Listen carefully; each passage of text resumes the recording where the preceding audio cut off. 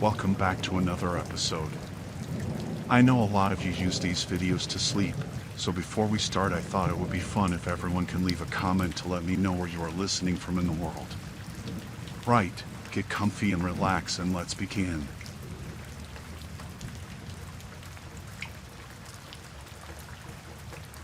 I rented a secluded cabin in the mountains for a solo writing retreat. It seemed like the perfect getaway, just me, my thoughts, and the peaceful solitude of nature.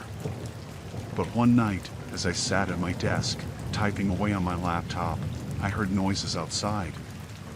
At first, I dismissed them as just the sounds of the forest, the rustle of leaves, the creaking of branches in the wind. But then I heard voices, low, guttural whispers that sent a shiver down my spine. I peered out the window and saw two men lurking in the darkness, their figures illuminated by the soft glow of the moon. My heart pounded in my chest as I watched them approach the cabin, their movements stealthy and deliberate. They were armed. I could see the glint of metal in their hands, the cold steel of their weapons reflecting the moonlight. Panic seized me as I realized that I was in danger, that these men were not here by accident, they were here for a reason. And it wasn't to ask for directions or borrow a cup of sugar. I knew I had to act fast if I wanted to survive. With trembling hands, I grabbed a nearby lamp and switched it off, plunging the cabin into darkness. I crouched behind the sofa, trying to control my breathing as I listened to the sounds of the men outside. They were getting closer, their footsteps growing louder with each passing moment. I prayed silently for them to go away, to leave me alone and let me live to see another day. But deep down, I knew that they wouldn't stop until they found me, until they had what they came for. And then, suddenly, the door burst open with a loud crash, and the men stormed into the cabin. I pressed myself further into the shadows, holding my breath as they searched the room.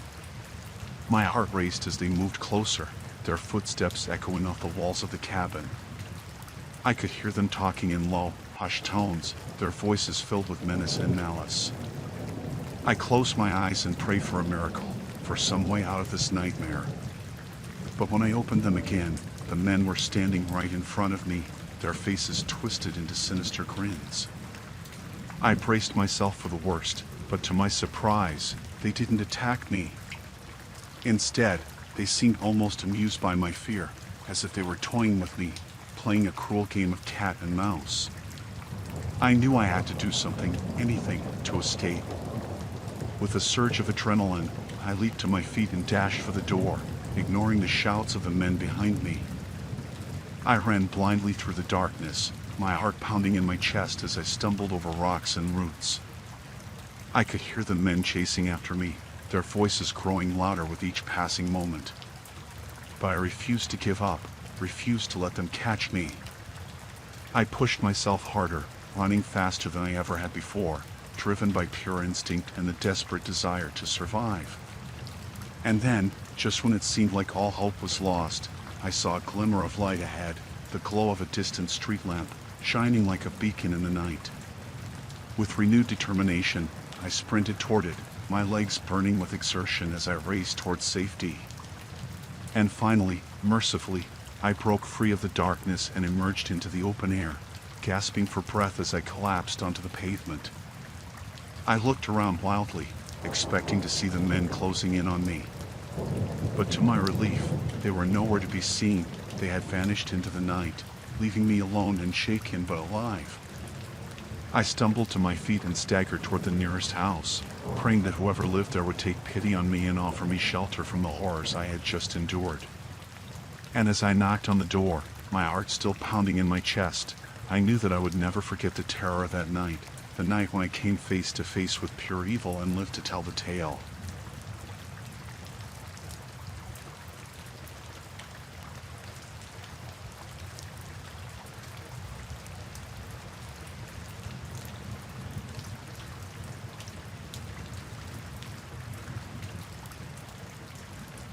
Taking my family to a cozy cabin in the snowy woods for a winter vacation. It seemed like the perfect getaway, just us, surrounded by the peace and quiet of nature, away from the hustle and bustle of everyday life. But as the blizzard raged outside, the atmosphere inside the cabin grew tense. The wind howled through the trees, and the snow piled up against the windows, blocking out the world beyond. We were trapped, cut off from the outside world by the relentless storm.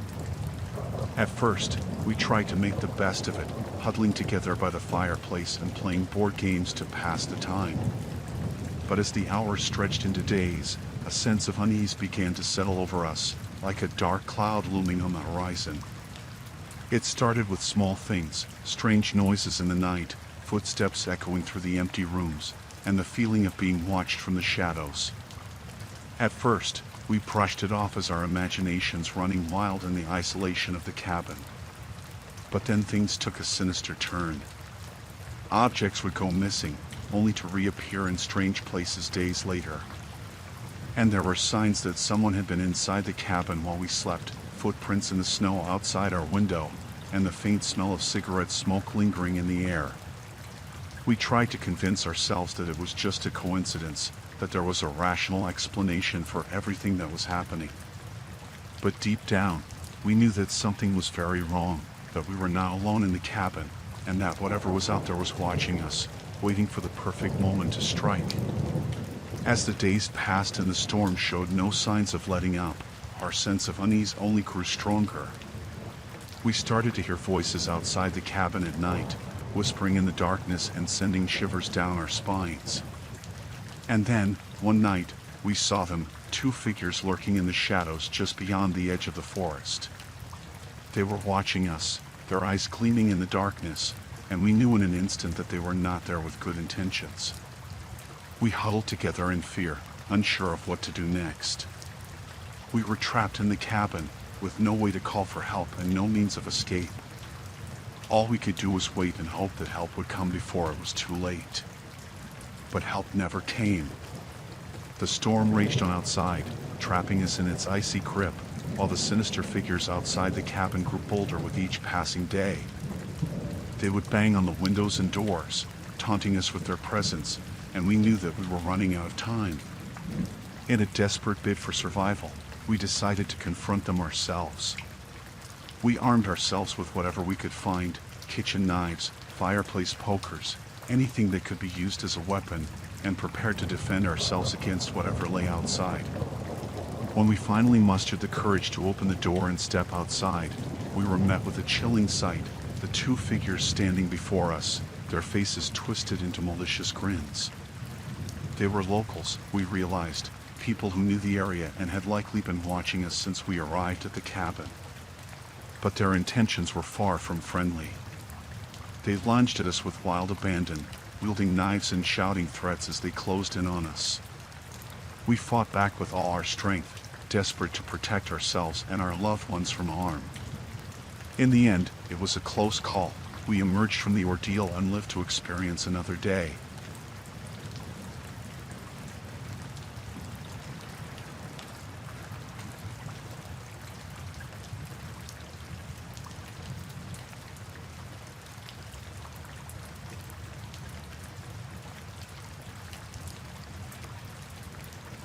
We headed out to a secluded hunting cabin deep in the Canadian wilderness for a weekend of hunting. It was supposed to be a relaxing getaway, just me and my friends enjoying the great outdoors and bonding over our shared love of hunting. But things took a terrifying turn when we accidentally shot what we thought was a bear. We didn't realize our mistake until we approached the fallen animal and saw that it wasn't a bear at all. It was a man, a deranged hermit who had been living off the grid for years. We were horrified by what we had done, but before we could react, the man sprang to his feet and lunged at us with a wild, animalistic rage. We stumbled backward, our hearts pounding in our chests as we tried to make sense of what was happening. The hermit was like nothing I had ever seen before. His eyes were wild and unfocused, his clothes tattered and filthy. He looked like he hadn't seen civilization in years, like he had been living in the wilderness for so long that he had become one with it. We tried to reason with him, to explain that it was an accident, that we hadn't meant to shoot him. But he didn't seem to hear us. He just kept coming at us, his fists clenched and his teeth bared in a feral snarl. We knew we had to get out of there, to escape before the hermit could do us any harm. We turned and ran, crashing through the underbrush as we made our way back to the cabin. But the hermit was hot on our heels, his footsteps echoing through the forest as he pursued us with single-minded determination. We could hear him shouting behind us, his voice filled with rage and madness.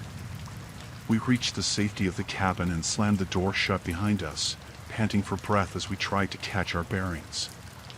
But we knew we weren't safe, not with the hermit out there, hunting us like animals. We barricaded the door as best we could, piling furniture against it in a desperate attempt to keep the hermit out. But deep down, we knew it was only a matter of time before he found a way in. We huddled together in the darkness, listening to the sounds of the forest outside as we waited for the inevitable. Hours passed, but the hermit didn't relent. He continued to prowl around the cabin, searching for a way in. And then, just when we thought we couldn't take it anymore, we heard a sound that made our blood run cold, the sound of breaking glass, followed by the heavy thud of footsteps on the wooden floor. The hermit had found a way in, and now he was inside the cabin with us, his presence looming over us like a dark shadow. We were trapped, with nowhere to run and no way to escape.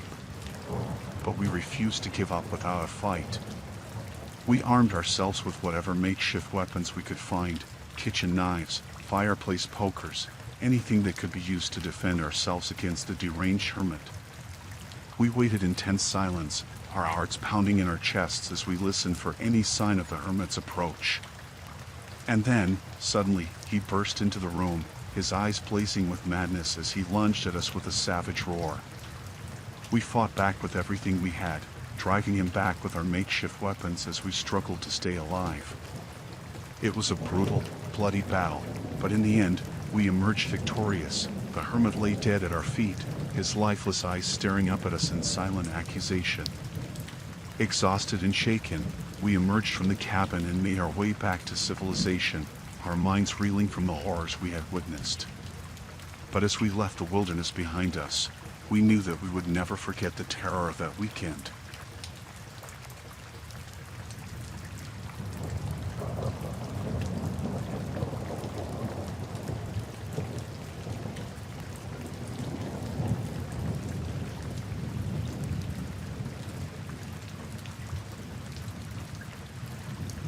I went on this trip to a cabin by a lake, just to get away from everything for a bit. It was supposed to be peaceful, just me and nature. But things got weird real fast. The first few days were fine. I'd wake up early, make some coffee, and sit by the lake, watching the sun rise. It was so quiet and peaceful, just the sound of birds chirping and the water lapping against the shore. But then, things started to change.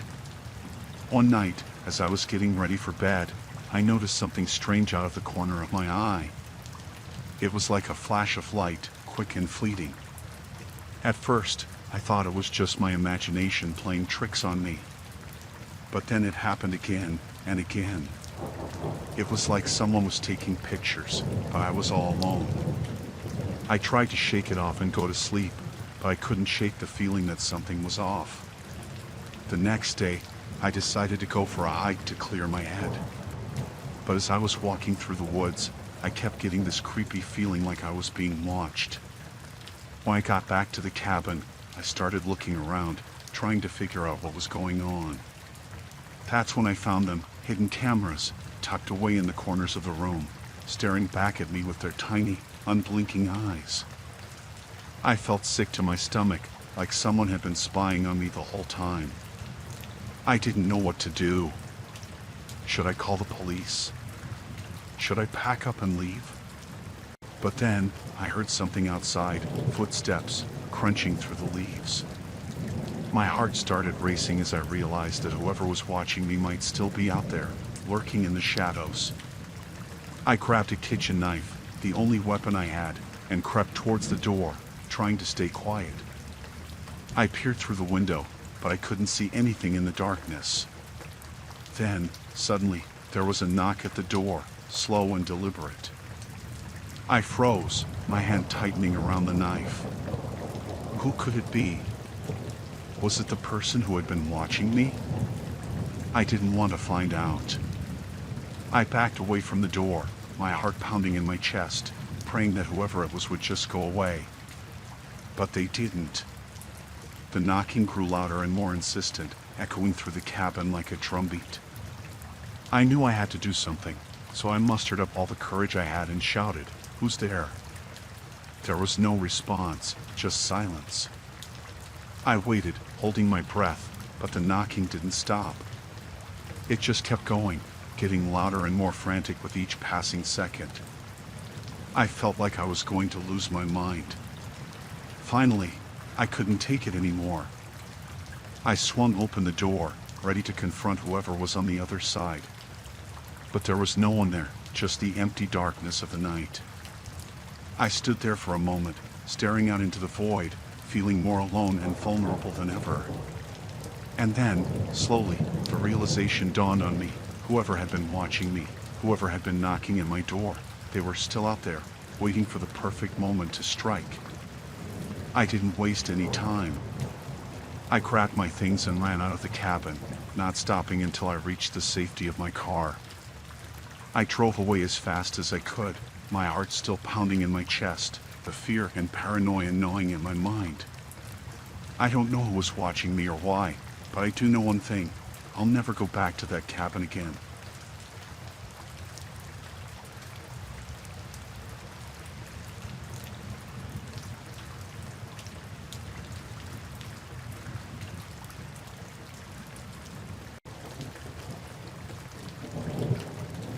I rented a secluded cabin in the woods to find inspiration for my art.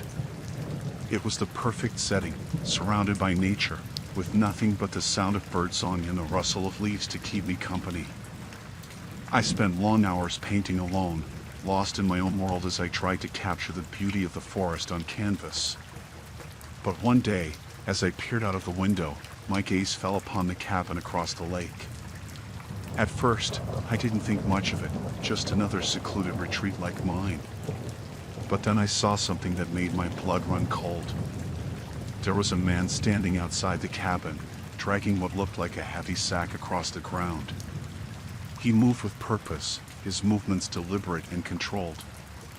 And then, to my horror, I saw him dump the sack into the lake, the water splashing up around him as he disappeared into the trees. I felt a surge of fear and revulsion wash over me as I realized what I had just witnessed. It was clear that something terrible had happened, something that I couldn't ignore. Without thinking, I grabbed my coat and hurried out of the cabin, determined to find out what was going on. I made my way down to the lake, my heart pounding in my chest as I scanned the water for any sign of the sack. And then I saw it, a dark shape bobbing in the water, just below the surface. Without hesitation, I waded into the lake, my clothes soaking wet as I reached out and pulled the sack toward me. As I opened it, a wave of horror washed over me. Inside the sack was the body of a woman, her eyes white with terror and her skin pale and lifeless. It was clear that she had been murdered, her body dumped unceremoniously in the lake like a piece of garbage.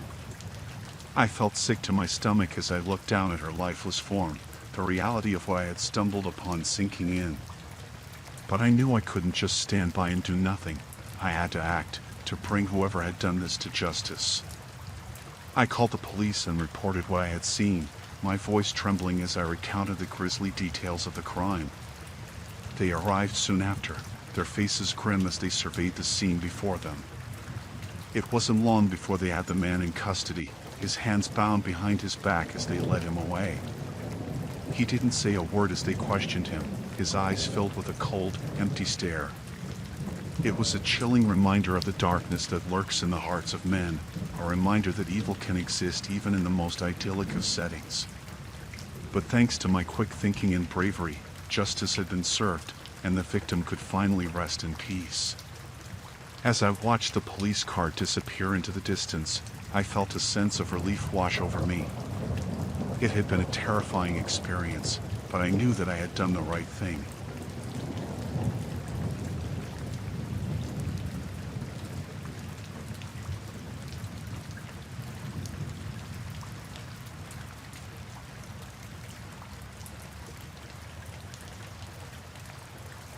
The cabin we rented seemed idyllic at first glance, nestled among towering trees and surrounded by the gentle murmur of a nearby stream.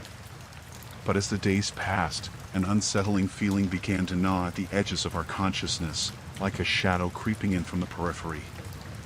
It started with small things, creaking floorboards in the dead of night, whispers carried on the wind that seemed to echo through the walls of the cabin. At first, we brushed it off as the natural sounds of the forest, the quirks of an old building settling into its surroundings. But then we stumbled upon it, a hidden room tucked away in the depths of the cabin, concealed behind a false wall in the basement. It was like something out of a nightmare, a chamber of horrors filled with ancient torture devices that seemed to leer at us with malicious intent. The sight sent a chill down our spines, and we knew in an instant that we were not alone in the cabin. Someone, or something, had been here before us, leaving behind a legacy of pain and suffering that lingered in the air like a foul stench. We tried to rationalize it, to convince ourselves that it was just a cruel prank or a morbid curiosity left behind by a previous tenant. But deep down, we knew that there was something more sinister at play, something that defied explanation and threatened to consume us in its dark embrace. As the days passed, the atmosphere in the cabin grew increasingly oppressive, like a weight pressing down on our chests and suffocating the air around us. We tried to carry on as normal, to enjoy our vacation despite the lurking sense of dread that hung over us like a storm cloud. But it was impossible to ignore the feeling that we were being watched, that unseen eyes were following our every move from the shadows. We would wake in the middle of the night to find the door to the hidden room standing open, the darkness within beckoning us with twisted fingers. And then, one night, we heard it, the sound of footsteps echoing through the cabin, slow and deliberate, like the approach of some unseen predator. We froze in terror, listening as the footsteps drew closer and closer, until they were right outside our door. With trembling hands, we mustered the courage to investigate, creeping through the silent darkness of the cabin in search of the source of the sound. And there, in the dim glow of a flickering candle, we saw it, a figure standing in the doorway to the hidden room, bathed in the eerie light like a specter from the past. We tried to scream, to flee from the nightmare unfolding before us, but our voices caught in our throats, choked off by fear and disbelief. The figure turned to face us, its features shrouded in darkness, and we knew in an instant that we were staring into the face of pure evil. In a panic, we scrambled for the door, desperate to escape the horror of the hidden room and the malevolent presence that lurked within. But as we reached for the handle, the figure lunged forward, grabbing hold of us with icy fingers that burned like fire against our skin. We fought back with all our strength, clawing and scratching at our assailant in a desperate bid for survival. And then, with a final burst of adrenaline-fueled strength, we broke free from its grasp and stumbled into the night, gasping for breath and shaking with terror. We ran through the forest, guided only by the dim light of the moon and the pounding of our hearts in our ears. Behind us, we could hear the sound of pursuit, the footsteps of our attacker echoing through the trees like a macabre symphony of death. But we refused to give up, to surrender to the darkness that threatened to consume us whole.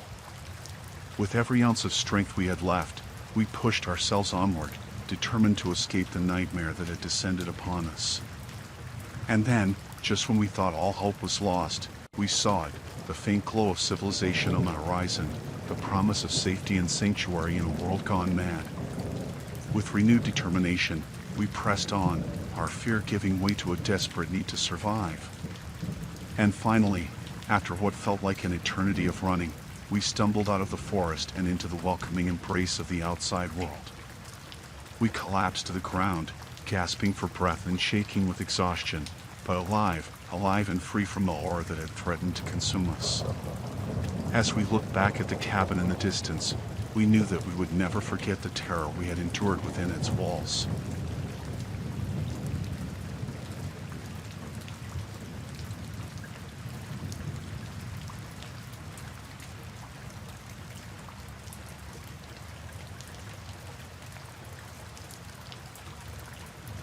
I surprised my partner with a romantic weekend getaway to a secluded cabin in the Smoky Mountains.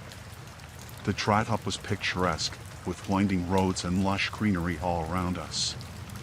We were both excited to escape the hustle and bustle of city life and spend some quality time together in nature. As we arrived at the cabin, nestled deep in the woods, we were both struck by its beauty. It was the perfect retreat, cozy and rustic, with a crackling fireplace and a breathtaking view of the mountains. We settled in quickly, eager to unwind and enjoy our time together. But as night fell, things took a sinister turn. We began to hear strange noises coming from the surrounding woods, rustling leaves, snapping twigs, and eerie whispers that seemed to echo through the darkness. At first, we tried to brush it off as the sounds of the forest, but as the noises grew louder and more persistent, we couldn't ignore them any longer. With a sense of unease creeping over us, we decided to investigate. Armed with nothing but a flashlight, we ventured out into the woods, our hearts pounding in our chests as we followed the source of the noises. And then, we saw them, a group of people wearing ski masks, huddled together in a clearing deep in the woods. They were whispering to each other in hushed tones, their voices low and urgent. We froze in our tracks, unsure of what to do. Were these people dangerous? Were they hiding something sinister in the woods? We didn't want to stick around to find out. Quietly, we began to retreat, careful not to alert the strangers to our presence. But as we turned to leave, a twig snapped loudly underfoot, echoing through the silent forest like a gunshot. The masked figures whipped around, their eyes locking onto us with a predatory gleam. In an instant, they were on the move, charging toward us with terrifying speed and precision.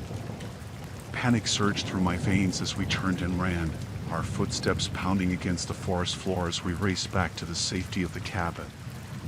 But no matter how fast we ran, it felt like the masked figures were gaining on us with every passing moment. We burst through the door of the cabin, breathless and shaking with fear. Quickly, we bolted the door behind us, hoping to keep whatever was out there at bay. But the noises outside only grew louder, more insistent. It was clear that the masked figures were not going to give up easily. They wanted something, and they were willing to do whatever it took to get it. With a sinking feeling in my stomach, I realized that we were trapped.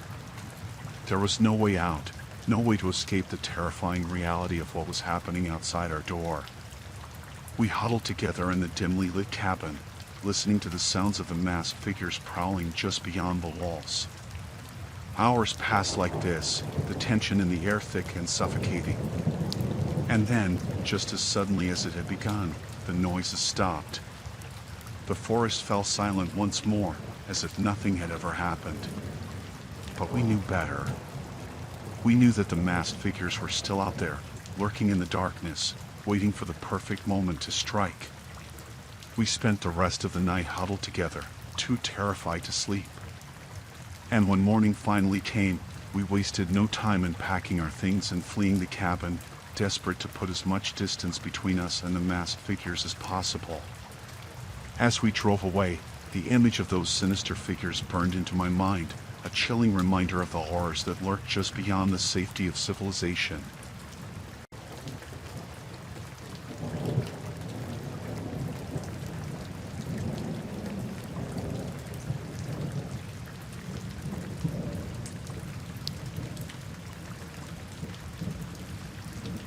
I rented this remote cabin in the Pacific Northwest to focus on my novel.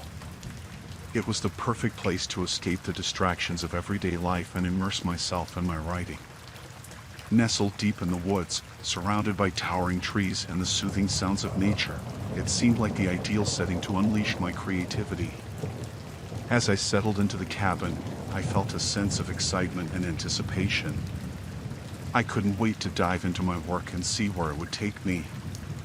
But as the days passed and I delved deeper into my story, strange things began to happen. It started with small things, odd noises in the middle of the night, like footsteps outside my window, and the feeling of being watched when I was alone in the cabin. At first, I tried to brush it off as my imagination playing tricks on me, but the sense of unease only grew stronger with each passing day. And then, one afternoon, there was a knock on the door. I wasn't expecting anyone. I was miles away from civilization, after all, so I hesitated before answering. But curiosity got the better of me, and I opened the door to find an elderly couple standing on the porch. They were dressed in old-fashioned clothing, their faces weathered and lined with age.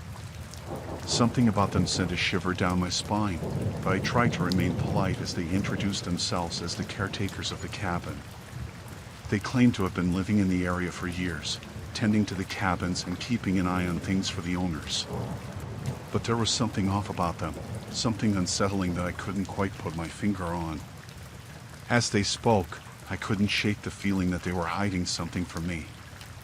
Their eyes darted nervously around the cabin, and their smiles seemed forced, almost predatory.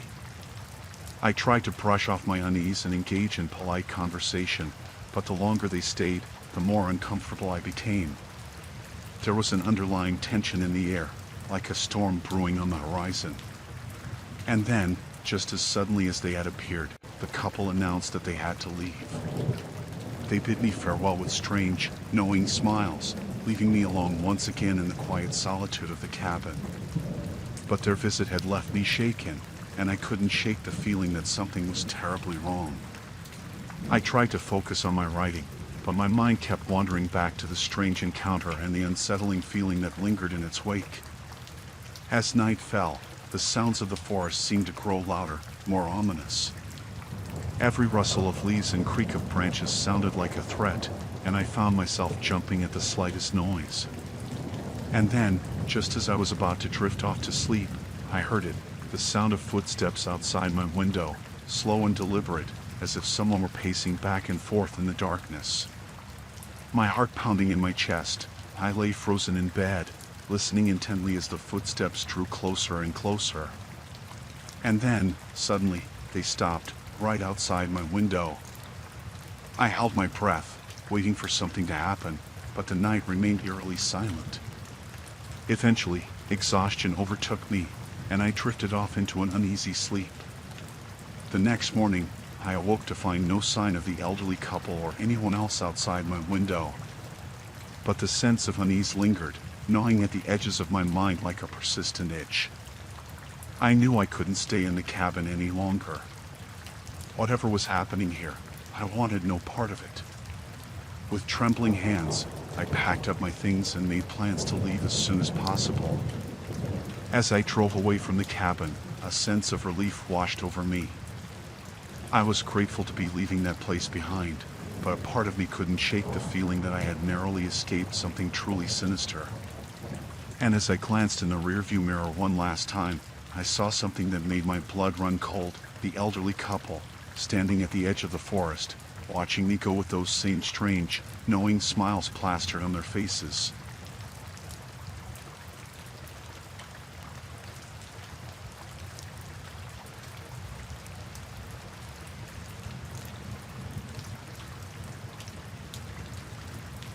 We were Jack's extended family, gathering at our ancestral cabin in the woods for what was supposed to be a joyous reunion. The cabin, nestled among the tall trees and surrounded by the tranquil beauty of nature, held decades of memories and stories passed down through generations. But as the days passed and old family secrets began to resurface, the atmosphere in the cabin grew tense, like a storm gathering on the horizon. It started with small disagreements, a heated argument over who would sleep in which room, a clash of personalities that threatened to tear us apart at the seams. But as the tension mounted, so too did the sense of unease that hung over us like a dark cloud, casting a shadow over what should have been a time of celebration. And then, one night, things took a sinister turn.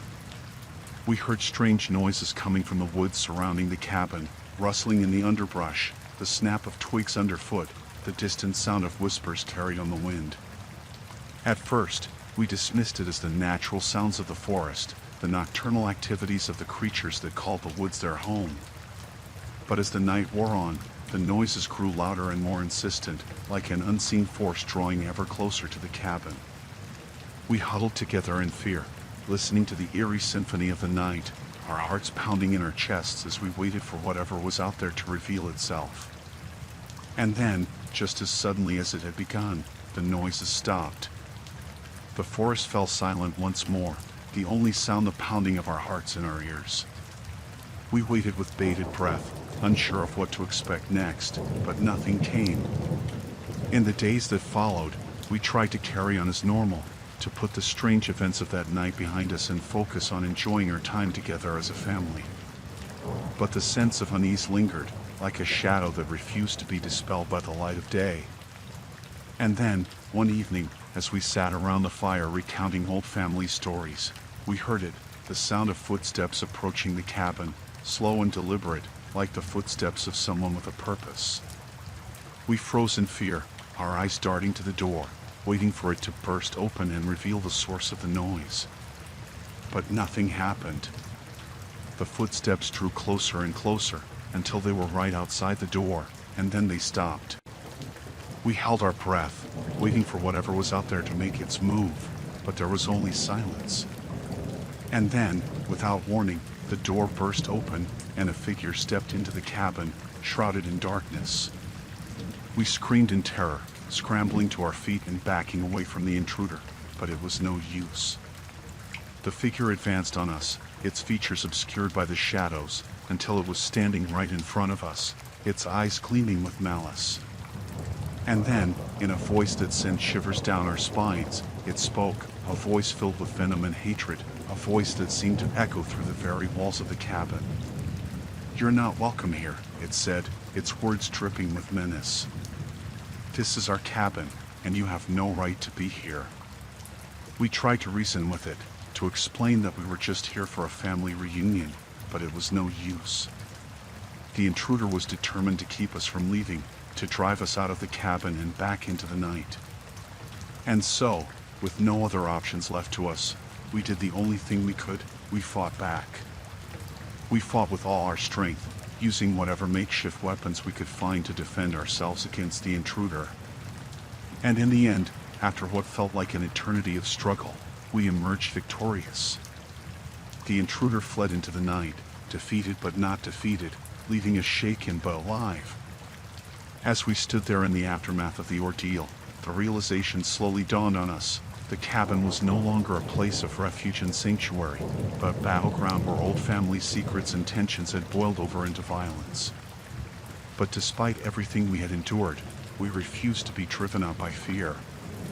We stood together as a family, united in our determination to reclaim what was rightfully ours, and we vowed to never let the darkness of the woods consume us again.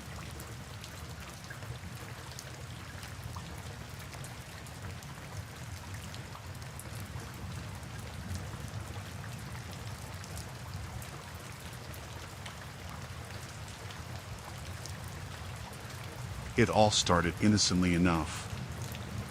Tilly and me and my classmates signed up for what seemed like an exciting adventure, a wilderness survival challenge in a remote cabin, far away from the comforts of modern life. We were eager to test our limits, to push ourselves beyond our comfort zones and discover what we were truly capable of. As we arrived at the cabin, nestled deep in the heart of the wilderness, excitement buzzed in the air. We were ready for a week of roughing it, of learning to fend for ourselves in the untamed wilderness that stretched out before us. But as the days passed, the reality of our situation began to sink in. Life in the wilderness was far from easy, and the challenges we faced were more daunting than we could have ever imagined. We struggled to find food and water, to build shelter and start fires with nothing but the most basic of tools at our disposal. And then, one by one, strange things began to happen. Supplies went missing, footsteps echoed through the night, and eerie sounds drifted through the trees like whispers on the wind. We tried to brush it off as our imaginations running wild, the natural sounds of the forest playing tricks on our minds. But deep down, we knew that something was wrong. There was a sense of unease that hung over us like a dark cloud, a feeling that we were being watched by unseen eyes from the shadows. And then, on the third night, it happened. One of our classmates disappeared without a trace, leaving behind nothing but a trail of footprints leading into the darkness of the forest. We searched frantically for any sign of them, calling out their name into the night, but they were gone, swallowed up by the vast expanse of the wilderness. Panic set in as we realized that we were not alone out here, that something was hunting us in the darkness, waiting for the perfect moment to strike. We huddled together in the cabin, clutching our makeshift weapons and listening to the sounds of the night, praying for the first light of dawn to break through the trees and banish the darkness. But even as the sun rose on the horizon, the sense of dread that had settled over us refused to dissipate. We knew that we were in danger, that whatever lurked in the shadows was still out there, waiting for us to let our guard down so it could claim its next victim. Days turned into nights, and still, the disappearances continued. Each morning brought with it a new sense of terror as we counted the dwindling numbers of our group, wondering who would be next to vanish into the depths of the forest. And then, just when we thought things couldn't get any worse, we found it, the source of our nightmares, lurking in the darkness just beyond the edge of the clearing. It was a figure cloaked in shadow, its eyes gleaming with malice as it watched us from the safety of the trees. We knew then that we had to act fast if we wanted to survive. With hearts pounding and hands shaking, we made a plan to confront our unseen adversary and put an end to the terror that had plagued us for days. Armed with nothing but our courage and determination, we ventured out into the forest, following the trail of disappearances to its source. The air was thick with tension as we moved through the trees, every rustle of leaves and snap of twigs sending shivers down our spines. And then, suddenly, we saw it, the creature that had been stalking us from the shadows, its twisted form silhouetted against the moonlit sky. There was no time to hesitate as we launched ourselves at the creature, fighting tooth and nail to protect ourselves and each other from its deadly grasp. The battle was fierce and unforgiving, but in the end, we emerged victorious. The creature lay defeated at our feet, its dark presence banished from the forest once and for all. As we stood there, catching our breath and surveying the scene before us, a sense of relief washed over us like a wave. We had faced our fears head-on and come out on top, stronger and more resilient than we had ever thought possible. And as we made our way back to the cabin, the first rays of dawn breaking through the trees, we knew that we had survived the ultimate test of our strength and courage.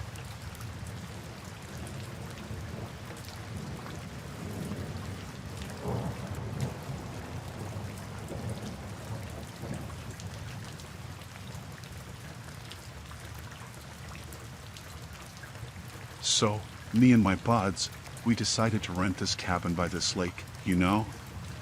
Figured it'd be a chill weekend, just fishing, cracking open some cold ones, the usual. We were stoked to get away from the city for a bit, breathe in some fresh air, all that jazz. First day was great, man. We're out on the lake, lines in the water, just shooting the breeze. But then, I felt something on my line. I reel it in, thinking it's just a big one, you know?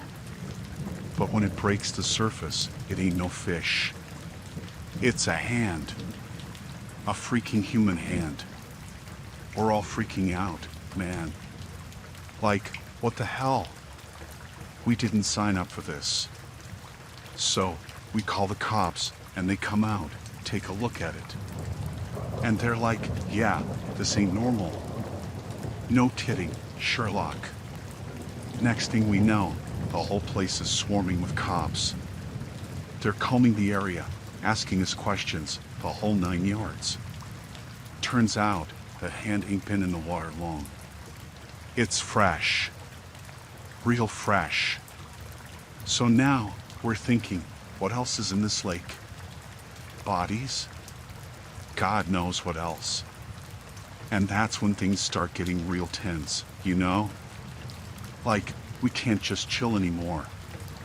We're on edge, wondering if we're gonna find more body parts or worse. They decide to drain the lake, like, the whole damn thing. And let me tell you, that ain't no small task. It takes days. Days of watching the water level drop, knowing there's something sinister lurking beneath the surface. And sure enough, as the water recedes, they start finding bodies. Not just one or two, but a bunch of them. Some fresh, some not so much. It's like a freaking graveyard down there. Meanwhile, we're holed up in the cabin, freaking out. Like, what if whoever did this is still out there? What if they come for us next? We're sitting ducks, man. But finally, they catch the guy. Turns out, he's been living out in the woods, just off the grid. A real creepy dude, you know? And he's been dumping bodies in the lake for God knows how long. So they haul him off to jail, and we can finally breathe easy. But let me tell you, that weekend, it ain't one we're gonna forget anytime soon. And I don't think any of us will be going back to that lake anytime soon.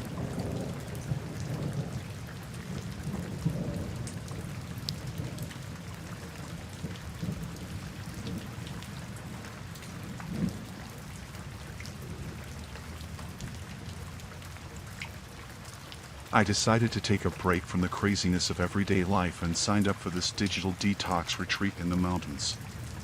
You know, just to get away from it all, clear my head, all that stuff. The cabin they put us in was pretty remote, deep in the woods, no cell service, no Wi-Fi, the whole deal. But here's the thing, I kinda cheated. I brought along a second phone, just in case. I know, defeats the purpose of a digital detox, right? But I couldn't help it. I needed to stay connected, even if it was just with a select few friends. So, the first few days were pretty chill. I'm talking nature walks, yoga sessions, meditation, all that good stuff. It felt nice to unplug, you know? But then things started getting weird. I'm sitting on the porch one evening, just enjoying the view, when I get this text on my secret phone. It's from an unknown number, and it says something like, "I see you." I brush it off at first, thinking it's just some prank or something. But then the messages keep coming, and they're getting creepier by the minute. Like, they know stuff about me that nobody should know. Stuff that I never posted online or told anyone about. It's like they're watching me, spying on me, and it's freaking me out big time. I try to ignore it, pretend like it's not happening. But it's like this person is always there, lurking in the shadows. Every time I look over my shoulder, I half expect to see someone standing there, watching me. I start to feel paranoid, like I'm constantly being watched. I can't relax, can't enjoy the peace and quiet of the mountains. It's like this dark cloud hanging over me, following me wherever I go. And then one night, things take a turn for the worse. I'm lying in bed, trying to sleep, when I hear something outside. It's like footsteps, slow and deliberate, crunching on the gravel outside the cabin. My heart starts pounding in my chest as I lay there, frozen in fear. I want to scream, to run, but I'm paralyzed with terror. And then, just as suddenly as it started, the footsteps fade away into the night. I don't sleep a wink that night. I'm too scared, too on edge. I keep thinking about those messages, about whoever's out there watching me. Are they just messing with me, or are they actually planning to do me harm? The next morning, I'm a wreck. I tell the retreat organizers about the messages, about the footsteps outside my cabin. They're concerned, of course, but they don't seem to take it as seriously as I do. They tell me it's probably just my imagination, that I'm letting the stress get to me. But I know what I saw, what I heard. And I know that I'm not safe here, not with whoever's out there lurking in the shadows.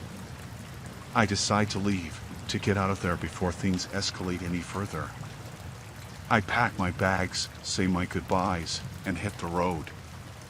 But even as I drive away, I can't shake the feeling that someone's still watching me, still following me. I make it back home in one piece, thankfully. But the fear, the paranoia, it stays with me. I'm constantly looking over my shoulder, jumping at every little sound. I can't relax, can't let my guard down, not until I know for sure that whoever was watching me is gone for good.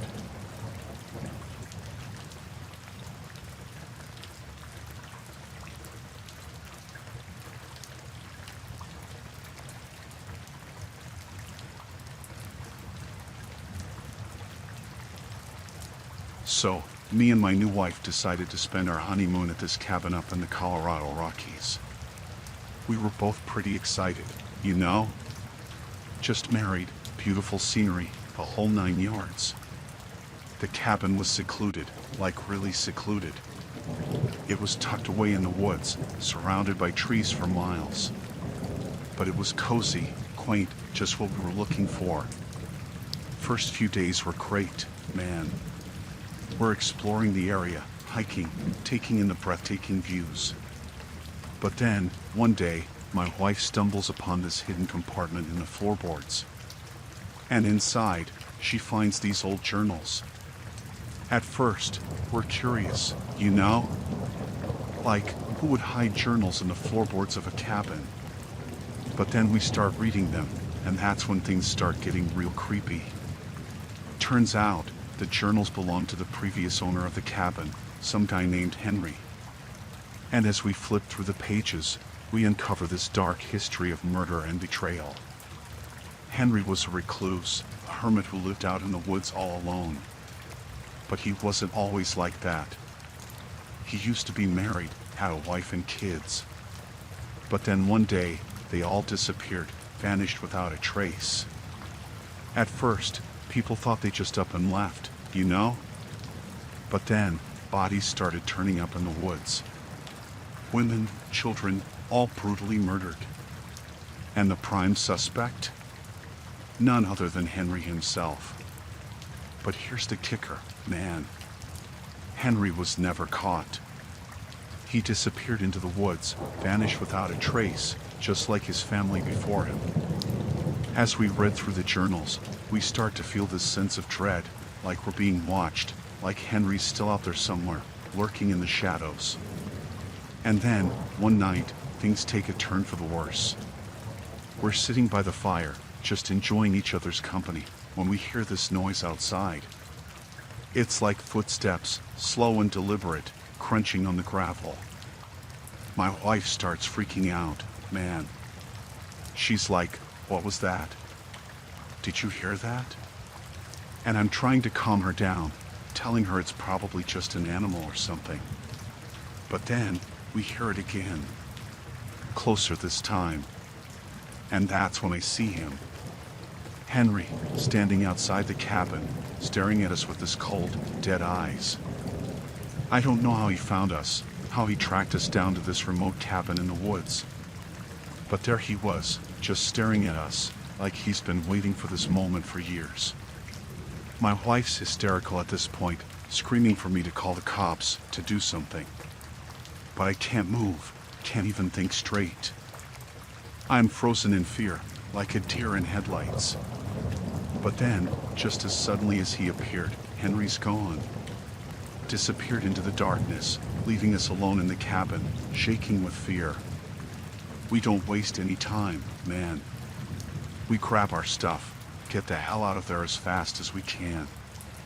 We don't look back, don't stop until we're miles away from that cabin, from Henry and his dark past.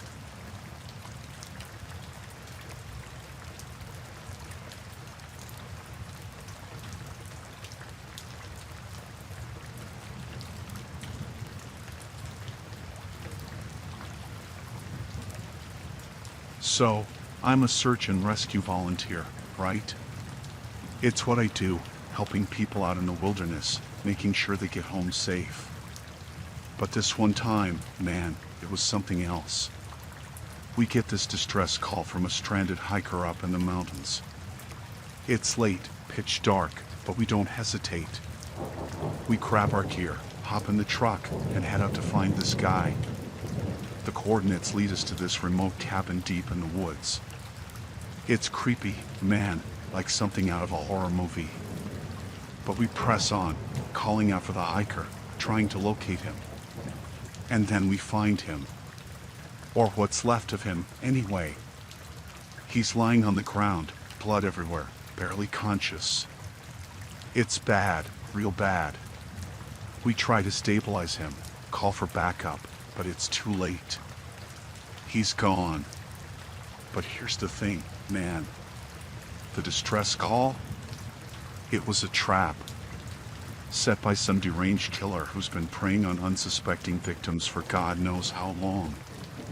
We realize it too late, of course. By then, we're already inside the cabin, searching for any sign of the hiker. And that's when we find them. The bodies. Dozens of them, stacked up like cordwood in the basement. We're freaking out, man. Like, how did we not see this coming? How did we walk right into his trap without even realizing it? But there's no time to dwell on it. We gotta get out of there, call for backup, before this psycho comes back for us. But he's already there, waiting for us in the shadows. We see him, just for a second, before he disappears into the darkness. And then it's a game of cat and mouse, man, as we try to make our way out of the cabin, back to safety. But he's always one step ahead of us, lurking in the shadows, waiting to strike. We can hear him, laughing, taunting us as we stumble through the dark, trying to find a way out. It's like a nightmare, man, like something out of a horror movie. But we can't give up, can't let this guy win. We gotta keep moving, keep fighting, until we make it out of there alive. And finally, after what feels like hours, we see the lights of the rescue team up ahead. We run towards them, screaming for help, as the killer closes in behind us. But we make it, man. We make it out alive, barely. And as we're airlifted out of there, I can't help but think about all those poor souls who weren't so lucky, who never made it out of that cabin alive.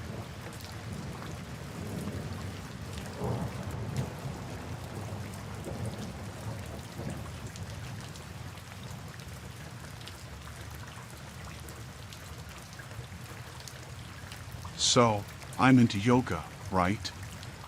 It's my thing, helps me relax, clear my mind, all that good stuff. So when I heard about this retreat at a remote cabin in the wilderness, I was all in. I figured it'd be a great opportunity to connect with nature, meet some like-minded people, you know? The cabin was pretty secluded, deep in the woods, surrounded by nothing but trees for miles. But it had a certain charm to it, rustic and cozy. And the group of yogis I was with seemed cool, friendly, all looking for the same thing, inner peace and relaxation. First few days were great, man.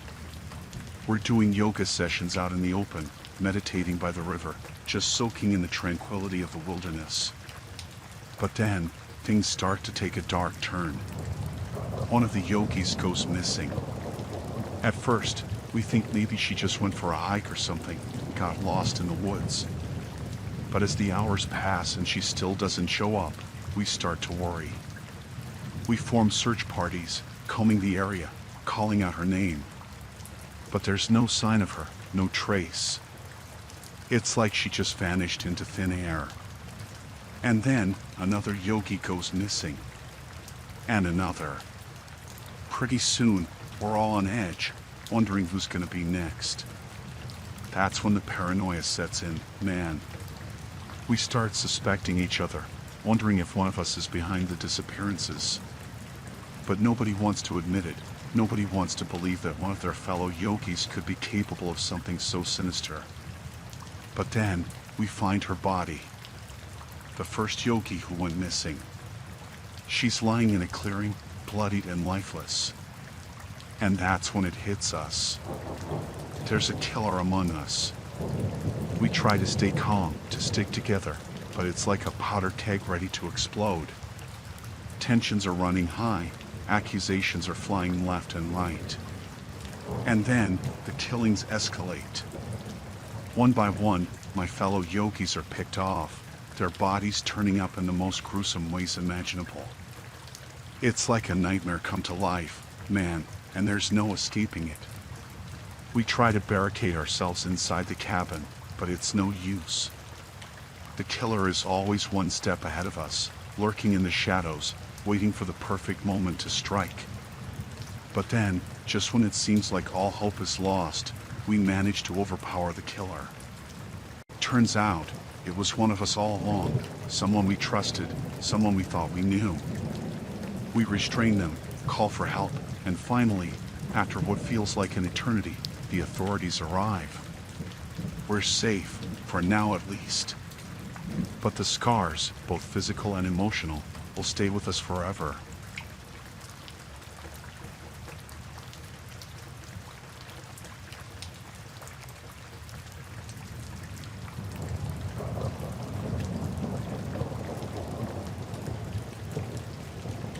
So, I'm a writer, you know? And I like my solitude when I'm working on a new novel. That's why I have this secluded cabin out in the woods, away from all the noise and distractions of the city. But this one time, things got real creepy, real fast. I'm out at the cabin, working on my latest manuscript, when I see these two men walking just outside. Now, I'm not used to seeing people out here, so it catches me off guard. At first, I think maybe they're lost or something, so I go out to see if they need help. But as I get closer, I can tell something's off about them. They're giving me this weird vibe, like they're up to no good. But I try to brush it off, be friendly, you know? Maybe they're just passing through, looking for directions or something. So I strike up a conversation, ask them where they're headed. But they're evasive, dodging my questions, like they don't want to be found out. And that's when I start to get really suspicious. What are they doing out here in the middle of nowhere? And why are they acting so shady? But before I can get any answers, one of the men pulls out a knife. And that's when it hits me. They're not here for directions. They're here to do me harm. I try to run, to get back inside the cabin and lock the door, but they're too fast. They grab me, pin me down, and I can feel the cold metal of the knife against my skin. I'm terrified, man, like I've never been before. I don't know what they want from me, but I know it can't be anything good. But then, just as suddenly as it started, it's over. They hear something, maybe a car approaching, and they take off into the woods, leaving me shaken and alone. I don't waste any time, man. I grab my phone, call the cops, tell them what happened. They show up pretty quickly, but by then, the men are long gone.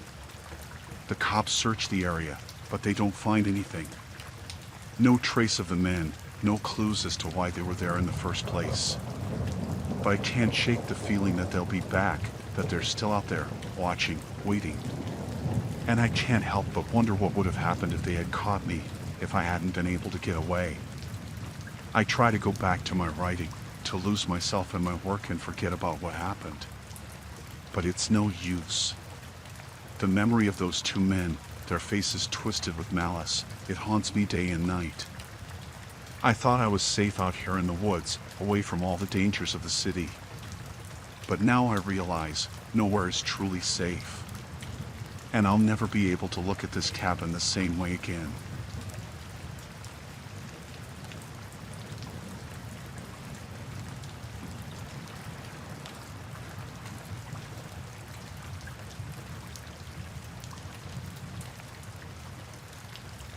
Jack inherits a cabin from his late grandfather, who passed away unexpectedly.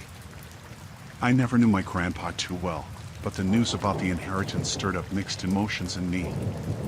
The cabin is nestled deep within the woods, surrounded by towering trees and the occasional rustling of leaves. It's a serene and peaceful place, or so it seems at first. Excited to explore my inheritance, I pack my bags and head out to the cabin. The drive there is long, winding roads that seem to disappear into the dense forest. When I finally arrive, the cabin appears just as I remembered from childhood visits, weathered but charming, with a rustic feel that takes me back in time. As I settle in, I can't shake the feeling that something is off about this place. There's a heaviness in the air, a sense of unease that I can't quite put my finger on. Maybe it's just the isolation getting to me, or perhaps there's more to this cabin than meets the eye.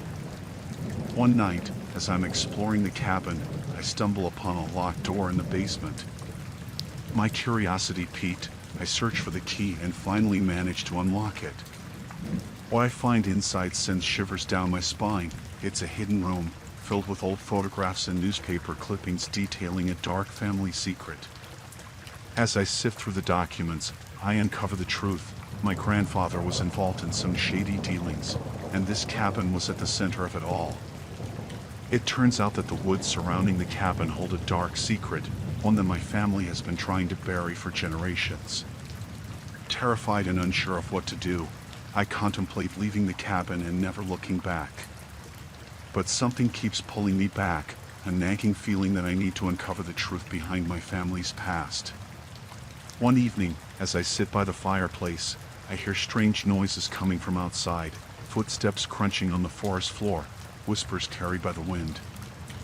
I peer out the window but see nothing but darkness. The next day, I decide to venture deeper into the woods in search of answers. As I trudge through the underbrush, I feel as though I'm being watched, as though unseen eyes are tracking my every move. Suddenly, I stumble upon an old, dilapidated shack hidden deep within the forest. It's the same shack I saw in the photographs from the hidden room. Trembling with fear, I cautiously approach and peer inside.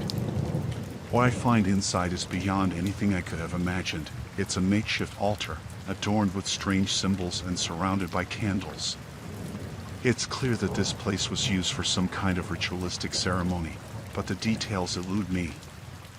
As I try to piece together the puzzle of my family's past, I hear rustling in the bushes behind me. My heart pounds in my chest as I whirl around to confront whatever lurks in the darkness. To my horror, I come face to face with a group of people wearing masks, the same masks worn by the figures in the old photographs. They surround me, their eyes glinting with malice as they close in. With adrenaline coursing through my veins, I turn and run as fast as I can, crashing through the underbrush in a blind panic. I can hear their footsteps behind me, their voices echoing through the trees as they give chase. I don't know how long I run for, but eventually, I stumble upon a clearing and collapse to the ground, gasping for breath. I wait in terror, expecting my pursuers to catch up at any moment. But to my relief, there's nothing but silence. The forest is still and quiet, as though nothing had ever happened. Shaken but alive, I gather my wits and make my way back to the cabin, vowing never to return to this cursed place again. As I drive away from the cabin for the last time, I can't help but wonder what other secrets lie hidden in the depths of those woods, secrets that may be better left undisturbed.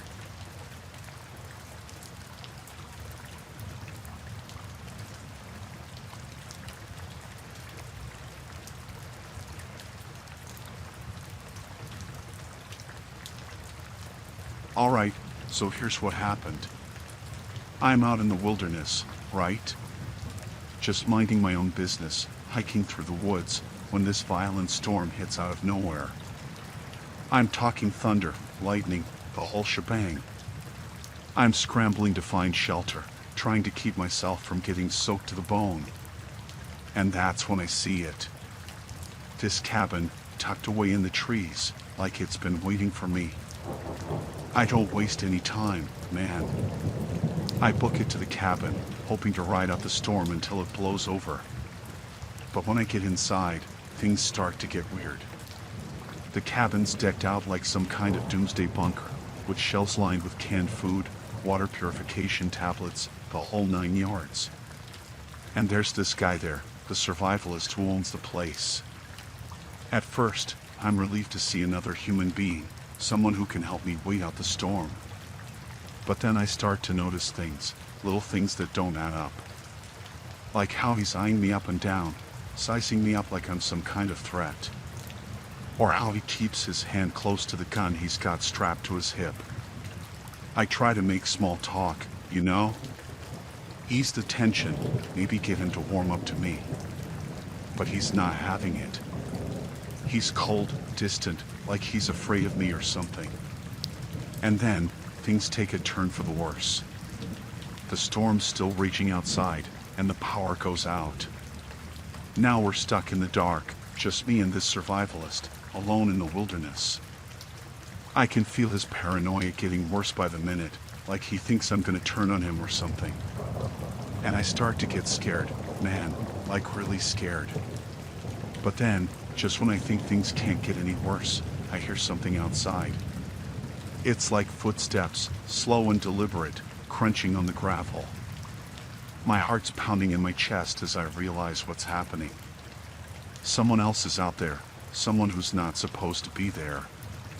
The survivalist grabs his gun, his hands shaking as he tells me to stay put. But I'm not about to just sit around and wait for whoever's out there to come for us.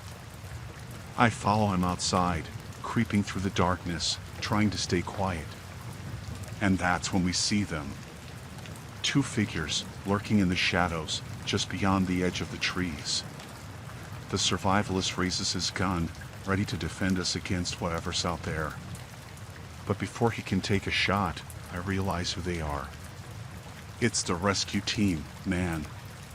They've been searching for me ever since I went missing in the storm. I can't believe it, man. I'm safe. I'm gonna make it out of this alive. But as I look back at the survivalist, I can't help but wonder what would have happened if they hadn't found us when they did. His paranoia nearly got us both killed, man. And I'll never forget the terror of that night, trapped in the wilderness with a man who saw me as nothing more than a threat.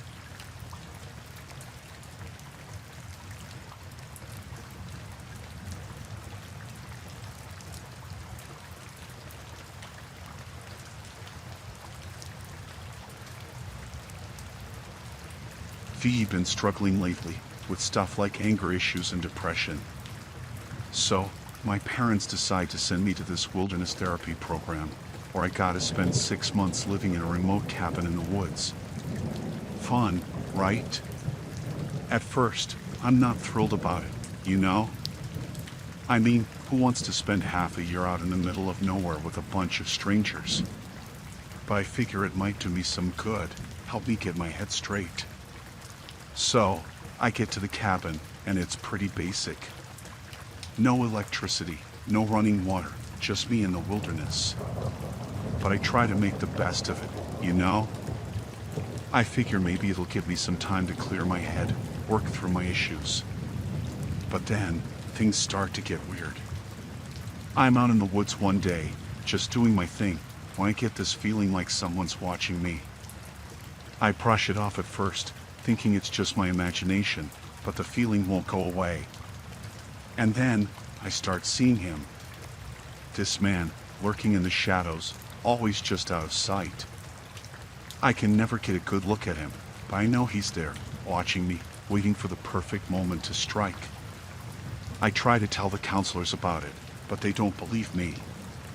They say it's just my mind playing tricks on me, that I'm letting my fears get the best of me.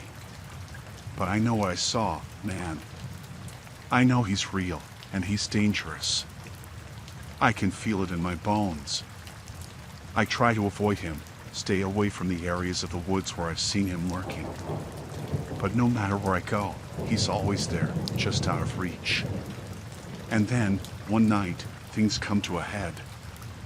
I'm in my cabin, trying to sleep, when I hear something outside. It's like footsteps, slow and deliberate, crunching on the gravel. My heart's pounding in my chest as I lay there, frozen in fear. I want to scream, to run, but I'm paralyzed with terror. And then, he's there. Standing in the doorway, his eyes gleaming in the darkness. I can't move, can't even breathe, as he takes a step towards me. But then, just as suddenly as he appeared, he's gone. Disappeared into the night, leaving me shaken and alone. I don't sleep a wink that night, man. I'm too scared, too on edge. I know he'll be back, and next time, he might not leave me alone. I try to tell the counselors again, but they still don't believe me. They say I'm just imagining things, that I need to focus on my therapy and stop letting my fears control me. But I know the truth, man. I know he's out there, waiting for me in the shadows, ready to prey on my vulnerabilities. I spend the rest of my time at the cabin constantly looking over my shoulder, always on edge. And when the 6 months are finally up, I'm relieved to leave that place behind.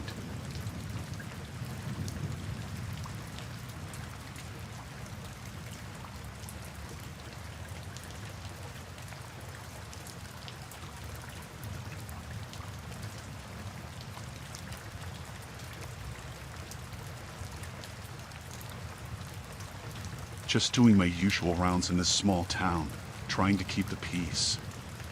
But then, I get this call about a disturbance at a cabin out in the woods. Now, normally, I wouldn't think twice about it. Just another noise complaint or something. But something about this call gives me a bad feeling, you know? But I figure, hey, it's probably nothing. So I head out to the cabin on my own, thinking I can handle whatever's waiting for me. But when I get there, things are already going south. I can hear shouting coming from inside the cabin, and it sounds like things are getting pretty heated. I should have called for backup, man. But I let my pride get the best of me, thinking I can handle it on my own.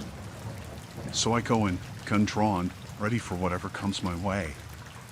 But I'm not prepared for what I find inside. There's this guy, big and burly, standing over this woman, shouting at her like he's about to snap. I try to defuse the situation, you know? Talk him down, get him to calm down. But he's not having it. He's got this wild look in his eyes, like he's not all there. And then, he lunges at me, like a wild animal. I barely have time to react before he's on top of me, pinning me to the ground. I'm fighting for my life, man, trying to push him off me, but he's too strong. I can feel his hands around my neck, squeezing the life out of me. I should have called for backup, man. I should have known better. But it's too late now. And then, just when I think I can't hold on any longer, I hear sirens in the distance. Backup's finally arrived, thank God. They burst through the door, guns drawn, and managed to pull the guy off me. But by then, I'm already blacking out. I wake up in the hospital, battered and bruised, but alive. And as I lay there, recovering, I can't help but think about how close I came to losing everything. I should have called for backup, man. I should have known better. But I won't make that mistake again. Not when my life's on the line.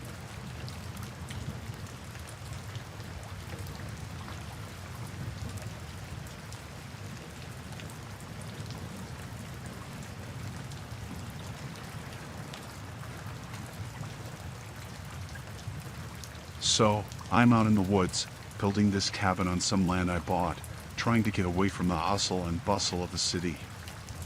It's been a long summer, man. Hot and sweaty work, but I'm making progress, you know? The cabin's starting to take shape, and I'm starting to picture myself living out here, away from all the noise and stress of city life. But then, one day, out of nowhere, these two guys show up. They're rough looking, dressed in worn-out clothes, like they've been living in the woods their whole lives. At first, I figure they're just passing through, maybe out hunting or something. But then they start telling me that this land belongs to them, that I can't build here. I try to reason with them, you know? Show them the deed to the land, prove that I own it fair and square. But they're not having it. They just keep insisting that this is their land, that I need to pack up and leave. I start to get a bad feeling about it, man. Like maybe these guys aren't as harmless as they seem. But I try to stay calm, keep things from escalating. But then, things take a turn for the worse. The guys start getting aggressive, pushing me around, threatening to tear down the cabin if I don't leave. I'm scared, man. I don't know what they're capable of, but I know I don't want to find out. I try to stand my ground, you know? Tell them I'm not going anywhere, but they'll have to go through me if they want me to leave. But they just laugh, like it's some kind of joke. And that's when I realize how serious they are, how dangerous they could be. I'm outnumbered, man. It's just me against these two guys, and I don't like my odds. But then, just when it seems like things are about to get violent, something strange happens. The guys suddenly go quiet, like they've heard something in the woods. I can't see anything, but I can feel the tension in the air, like something's about to happen.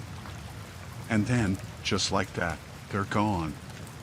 Disappeared into the woods without a trace, leaving me alone with my thoughts and a sinking feeling in my gut. I don't waste any time, man.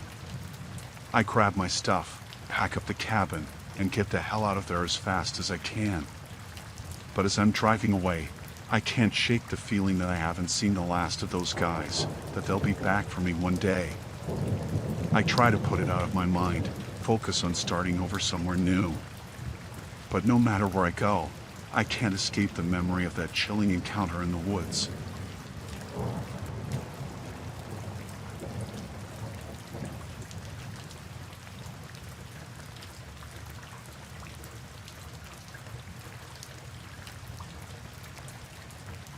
So, I'm out hiking in the woods, just trying to clear my head and enjoy some time in nature. It's peaceful out here, you know? Birds chirping, leaves rustling in the wind, the works. But then, out of nowhere, I hear it. Screaming, coming from somewhere up ahead. At first, I think maybe it's just some kids messing around, but the screams sound wrong somehow. Like whoever's making them is in real trouble. So, I start heading towards the source of the screams, trying to figure out what's going on. And that's when I see it. A cabin tucked away in the trees, with the door wide open. I approach cautiously, not sure what to expect. But as I get closer, I can hear more screaming, coming from inside the cabin. It's chilling, man, like something out of a horror movie. I hesitate for a moment, wondering if I should call for help or just get the hell out of there. But then, something inside me compels me to go inside, to see what's happening. I push open the door, and what I see inside makes my blood run cold. There's a man, standing over a woman, shouting at her, hitting her. It's like something out of a nightmare. I freeze for a moment, not sure what to do. But then, something inside me snaps, and I realize I have to do something to help her.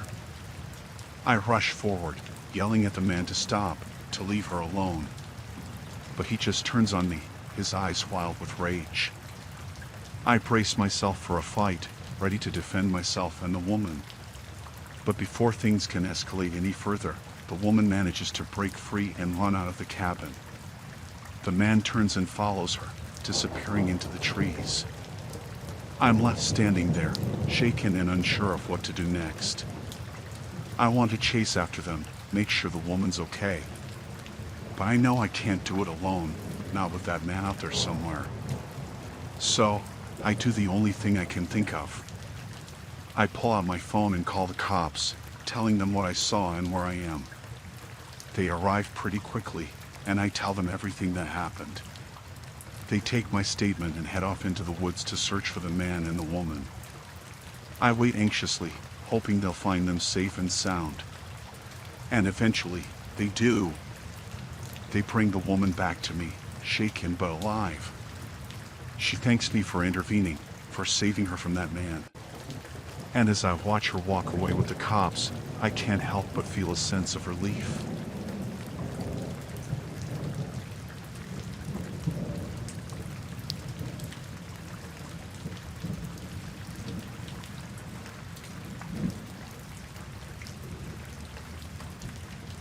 I am retired and living out in the woods of Maine, trying to enjoy my golden years in peace and quiet. But then, out of nowhere, this stranger shows up at my doorstep. Claims to be a long-lost relative or something, but I've never heard of him in my life. I'm suspicious right off the bat, you know? I mean, what are the odds of some random guy showing up out here in the middle of nowhere, claiming to be family? But I try to give him the benefit of the doubt, invite him in for a cup of coffee, see what he's all about. And at first, everything seems fine. We chat for a bit, make small talk about the weather and whatnot. But then, things start to get weird. The guy keeps asking me all these personal questions, like he's trying to get inside my head or something. And every time I try to change the subject, he just circles back around to it, like a dog with a bone. I start to get uncomfortable, you know? Like maybe this guy isn't who he says he is, like maybe he's got some ulterior motive for being here. But I try to keep my cool, not let him that I'm onto him. I mean, what's the worst that could happen, right? But then, one night, things take a turn for the worse. I'm out in the woods, just enjoying the peace and quiet, when I hear something moving in the bushes. At first, I think maybe it's just a deer or something, but then I see him. The stranger, lurking in the shadows, watching me with those cold, dead eyes. I freeze, not sure what to do. But then, before I can react, he lunges at me, knocking me to the ground. I try to fight him off, but he's too strong. He pins me down, his hands around my throat, squeezing the life out of me. I'm struggling to breathe, to break free from his grip, but it's no use. I can feel myself starting to black out, to lose consciousness. But then, just when it seems like all hope is lost, I manage to land a lucky blow, knocking the guy off me long enough for me to scramble to my feet and get away. I run as fast as I can, back to the safety of my cabin, locking the door behind me and praying that he won't follow. And for a while, it seems like maybe I've lost him, that maybe I'll be safe. But then, I hear a knock at the door, slow and deliberate. I know it's him, that he's come back for me. But I'm not going down without a fight. I grab the nearest weapon I can find, a fireplace poker, and brace myself for whatever comes next. But when I open the door, it's not the stranger standing there. It's the cops, responding to a call about a disturbance out in the woods. I try to explain what happened, but they don't believe me. They say there's no evidence of anyone else being out there, that maybe I just imagined the whole thing.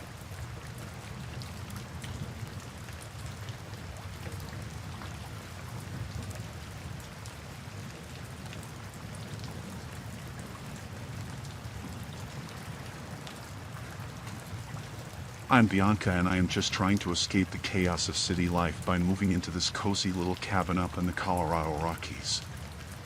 I figure it'll be peaceful out here, just me and nature.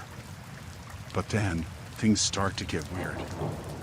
I notice my neighbor, this reclusive guy who lives in the cabin next door.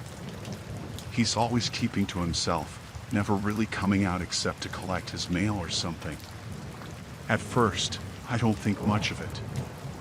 I mean, everyone's entitled to their privacy, right? But then, I start to notice some strange things.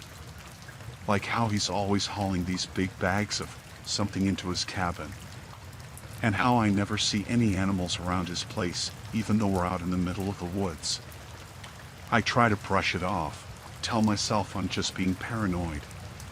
But then, one day, I catch a glimpse inside his cabin when he leaves the door open by accident. And what I see inside, it chills me to the bone, man. It's like something out of a horror movie. There are animals everywhere, stuffed and mounted on the walls like trophies.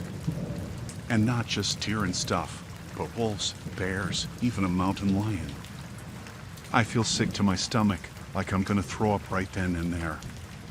But then, I notice something else. Something even more disturbing. There's this smell coming from inside the cabin. It's like rotting flesh, mixed with something metallic, like blood. I try to tell myself it's just my imagination, that I'm overreacting. But deep down, I know something's not right.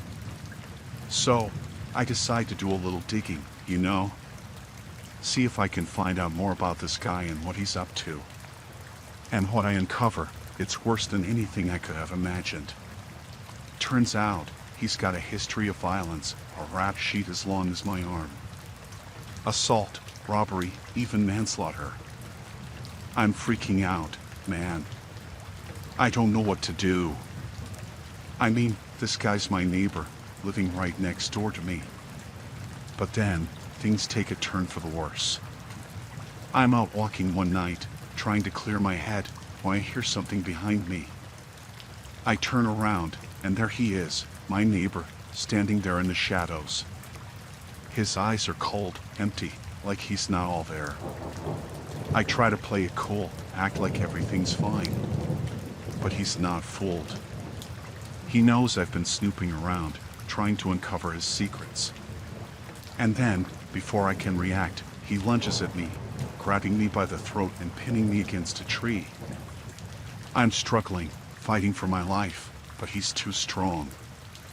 I can feel the life being squeezed out of me, my vision starting to go black. But then, just when it seems like all hope is lost, I manage to land a lucky blow, knocking him off me long enough for me to break free and run. I don't stop running until I'm back inside my cabin, safe and sound behind locked doors. But even then, I can't shake the feeling that he's still out there, waiting for his next chance to strike. I try to call the cops, but they don't take me seriously. They say there's not enough evidence to do anything, that maybe I'm just imagining things. But I know what I saw, man. I know that my neighbor's hiding something dark and sinister. So, I do the only thing I can think of. I pack up my stuff and get the hell out of there, leaving that nightmare behind me for good.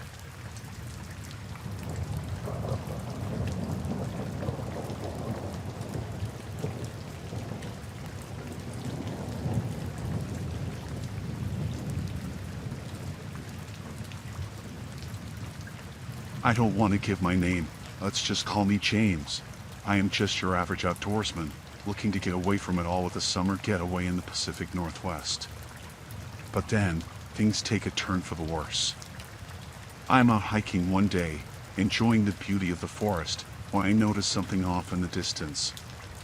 Smoke, billowing up into the sky like a giant black cloud.